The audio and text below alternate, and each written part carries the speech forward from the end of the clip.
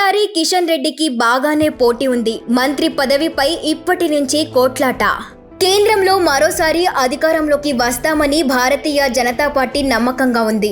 400 స్థానాలు లక్ష్యంగా ఇప్పటికే మోదీతో పాటు అగ్రనేతలందరూ విస్తృతంగా ప్రచారం చేస్తున్నారు. మరోసారి మోదీ అధికారంలోకి వస్తే ఈసారి కేంద్ర కేబినెట్ లో ఎవరికి చోటు దక్కుతుందన్న దానిపై కూడా ఇప్పటి నుంచి అనేక రకాల ఊహాగానాలు వెలువడుతున్నాయి. అయితే ఈసారి కిషన్ రెడ్డి సికింద్రాబాద్ నుండి గెలిచిన మరోసారి కేంద్ర మంత్రి పదవి దక్కడంపై అనేక అనుమానాలు వ్యక్తమవుతున్నాయి. మూడోసారి ముచ్చటగా కేంద్రంలో బీజేపీ అధికారంలోకి వచ్చినా ఇక్కడ మాత్రం కిషన్ రెడ్డికి కొంత మంత్రి పదవి విషయంలో ఇరకాటం తప్పదంటున్నారు. ఇప్పటికే పార్టీలో సీనియర్ నేత లక్ష్మణ్ రాజ్యసభ పదవిలో ఉన్నారు. ఆయనను ఏరి కోరి అధినాయకత్వం రాజ్యసభకు ఎంపిక చేసింది. ఈసారి కేబినెట్ లో ఆయనకు చోటు దక్కే అవకాశం ఉందని చెబుతున్నారు. ఓబీసీ నేతగా కూడా ఆయనకు మంత్రి పదవి దక్కడానికి ఎక్కువ మార్కులు పడుతున్నాయంటున్నారు. దీంతో పాటు సీనియారిటీ సిన్సియారిటీని చూసుకున్న లక్ష్మణ్ ను వేలెత్తి చూపేవారు ఎవరు ఉంటారు. అందుకే ఈసారి కె లక్ష్మణ్ నుంచి కిషన్ రెడ్డికి మంత్రి పదవి విషయంలో గట్టి పోటీ ఉండే అవకాశం ఉంది.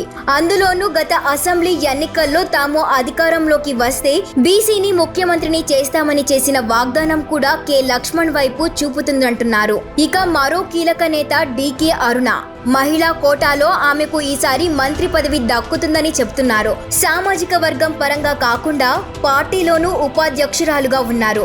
అంతేకాదు మహిళా కోటా కింద ఆమెకు కూడా ఈసారి మోదీ కేబినెట్ లో చోటు దక్కుతుందన్న ఊహాగానాలు కూడా వెలువడుతున్నాయి.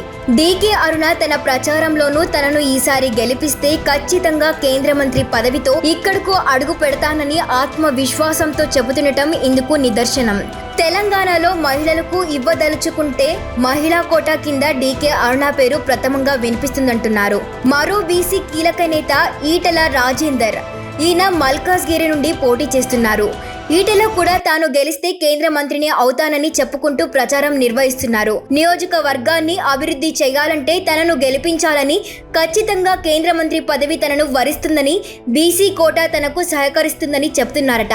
టీఆర్ఎస్ నుంచి వచ్చిన బీసీలలో ముఖ్యమైన నేతగా ఈటల రాజేందర్ కు పేరుండటంతో ఆయన పేరును కూడా పార్టీ నేతలు ఎవరూ కొట్టి పారేయలేరంటున్నారు.